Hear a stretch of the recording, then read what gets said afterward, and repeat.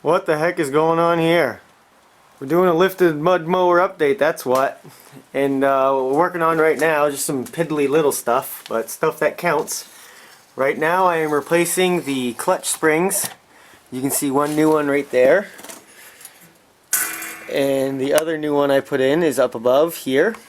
And I've got one pulling this way because there was a hole here in the clutch linkage, so I drilled a new hole right there in the frame. And that was where the existing clutch spring already was. But now you can see, back this camera up a little bit, how this clutch works.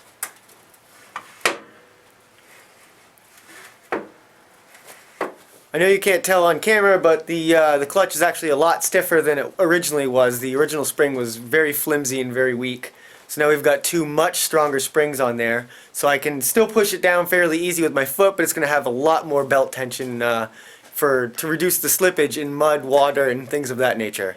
So a lot of people ask me how to get rid of play in the steering on their lawnmowers, and though I can't tell you exactly how to get rid of the play in your steering, I can offer you some tips and kind of give you a guide as to how I get rid of the play in mine. But basically what I'm talking about when I mean play is the amount that of a dead zone you actually have when you turn the steering wheel back and forth before the wheels actually start to turn. And you can see right here my left hand, the steering wheel, and I can actually move it quite a bit before you can see that wheel start to move. It's not very good. So to start, grab your steering wheel, work it a little bit back and forth, and look at your steering shaft down here where it goes through the body of the mower. And you can see mine right there. There's not much I can do to adjust it on this side, it's just some clamps and washers.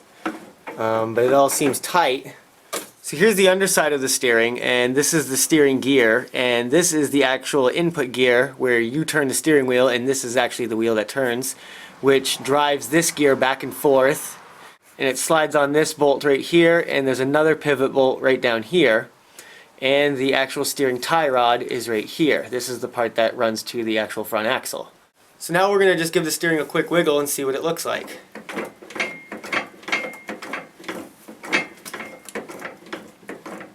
Now you can see there's tons of play here. There's play between these gears. You can see right there the gears aren't exactly touching each other right away, so right there's a bunch of play. And when it does finally start moving, you can see there's also some play right here. There's a better view of the drag link, I guess you would call that, or the front tie rod. Either way, there's a lot of play there. So that drag link connects right there and comes out. And don't mind this bar right here, that's just holding the whole tractor up. But the drag link comes out, this metal bar right here, and attaches to your front pitman arm. And I'm assuming there's probably play in this too. So we'll check that for play, as well as this part here, which is another tie rod or drag link or whatever the hell you want to call these things. I'm not super technical on these terms. They're just metal bars that connect the fucking steering. So tighten them up. If they're loose, just go through them all. Make sure there's no wiggle waggle play in any of them. And if you do it one by one, eventually your steering will be really tight. But the next thing I'm going to do is take this bolt off of this steering gear, because sometimes there's a little adjustment ball in there that you can use to adjust this gear in and out. And what I want to do is push this gear much closer to this steering input gear. So we got the bolt removed, and you can see the little adjustment washer in the middle, and it's kind of hard to see, but this adjustment washer actually is kind of oblong, meaning the hole is not centered. So by spinning that washer right there, you can effectively push this gear closer into the steering gear. So that's what I'm going to go ahead and do right now, and hopefully get a lot of the play out of the steering just right there. So you can kind of see this thing work as I spin it. It sort of pushes upwards. It's not the easiest thing to turn, but it is doable. That's pretty tight right now. I go a little bit more, just for fun. Another thing that won't hurt before you put this all back together is a healthy globbing of grease. It'll make your steering much easier in the long run. Yeah, baby.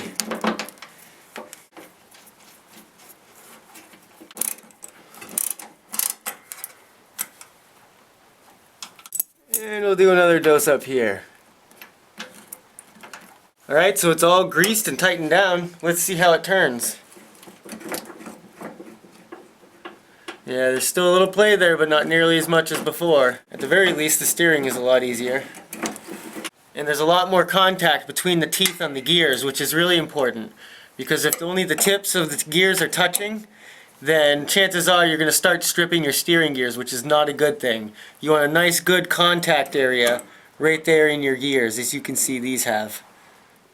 Alright, so we got the first steering rod off of the steering gear. And you can see the culprit of the looseness. Right here, it is a worn out old plastic bushing.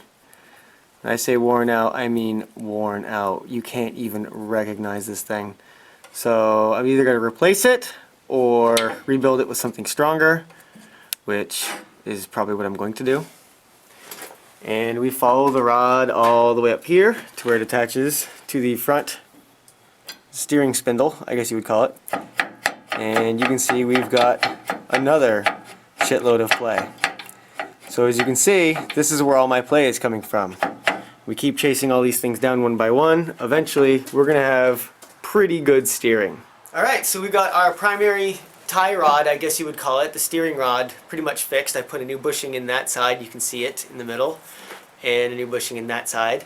And basically what I did to do this was I took your standard 5/8 nut and put it in a vise, and I drilled the center of it out to the same diameter as the stud that sticks out of the steering gear that the tie rod sits on. Then I put a piece of round steel in my vise and then took that nut and put it onto that piece of round stock steel and held it in place with a pair of pliers and ran the grinder across it.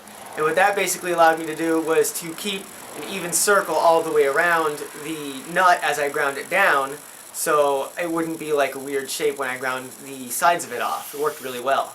And then basically took that little bushing thing that we just made and pounded it into either end of the tie rod. And the end result actually came out pretty good.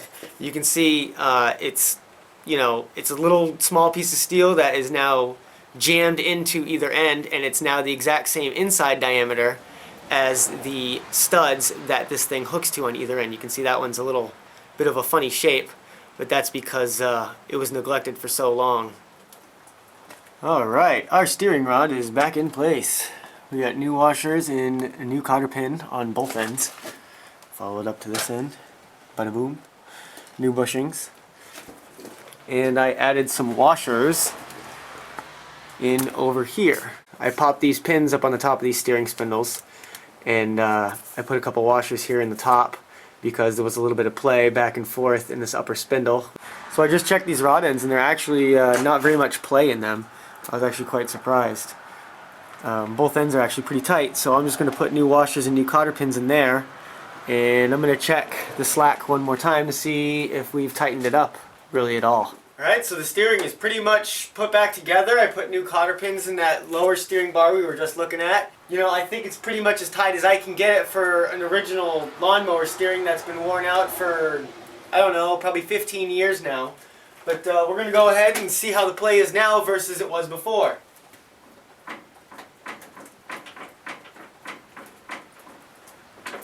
You can see that's much better. I mean, that's only a couple of inches now. Whereas before I was getting like almost a whole quarter turn out of this thing. So I'm quite pleased with that. Let's get this thing back down on the ground.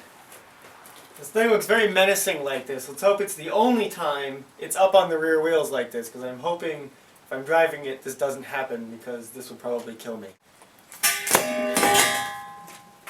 Luckily there's no engine or anything in here, so really it's just the weight of the front tires is the only real weight here in the front end.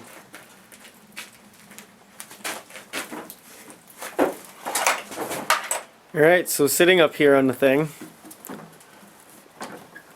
you can see that steering is so much better than it was. It's ridiculous. And it's really easy actually too, because we greased everything. So that's really nice. Okay, so I went ahead and welded in a real quick steering stop, and this is basically just a piece of cold rolled steel welded in like a pin into the chassis of the lawnmower, and it's pretty strong. I smashed the shit out of this with a hammer to bend it in a little bit more, and it was tough to move, so I don't think that's breaking off. And I also welded a piece of steel to the back of the steering input shaft, which is this right here. This is the part that the steering wheel attaches to. And basically what happens is when you turn this to a certain point, it hits this pin and can't go any further. And does the same thing all the way in the other direction. So that's pretty neat. The steering's pretty much done. I'm fairly satisfied with it for original lawnmower steering that's been worn out. If you want way better steering, then you got to go with a direct steer setup or go a lot more custom. But I actually found the original gas tank to this thing. It was buried in my pile of gas tanks. I just need to get a new drain plug thing that goes in this. There's a Toro dealership near me anyways, so I can just get a new piece. I think I got that in backwards. Yeah, just sits in there like that. Put the new drain nozzle in there and it'll go into the motor. Sit that there. So there you go. Some easy steering upgrades there. Just go through your steering piece by piece and figure out what's loose and try to tighten things up is basically the best I can tell you. I'm pretty satisfied with what I've got, but if you want better steering, then you're going to have to do a custom direct steer setup or something like I've done on my go-kart. That would work a lot better for something high speed. This isn't going to be really high speed, so I'm not really worried about it. It's also nice having the new springs on the clutch because that's going to pull the clutch much tighter, especially when I'm in water or mud, or you know the tires are getting really stuck and gummed up with mud and they're hard to turn and the belt starts slipping. You want a little bit of belt slippage so your transmission doesn't blow, but you know you want enough belt tension so it doesn't slip all the time either. So you know that's going to take some tweaking, but with those new springs it should do a lot better. That's going to do it for this update right now. Thanks for watching, you guys, and we'll see you on the next update.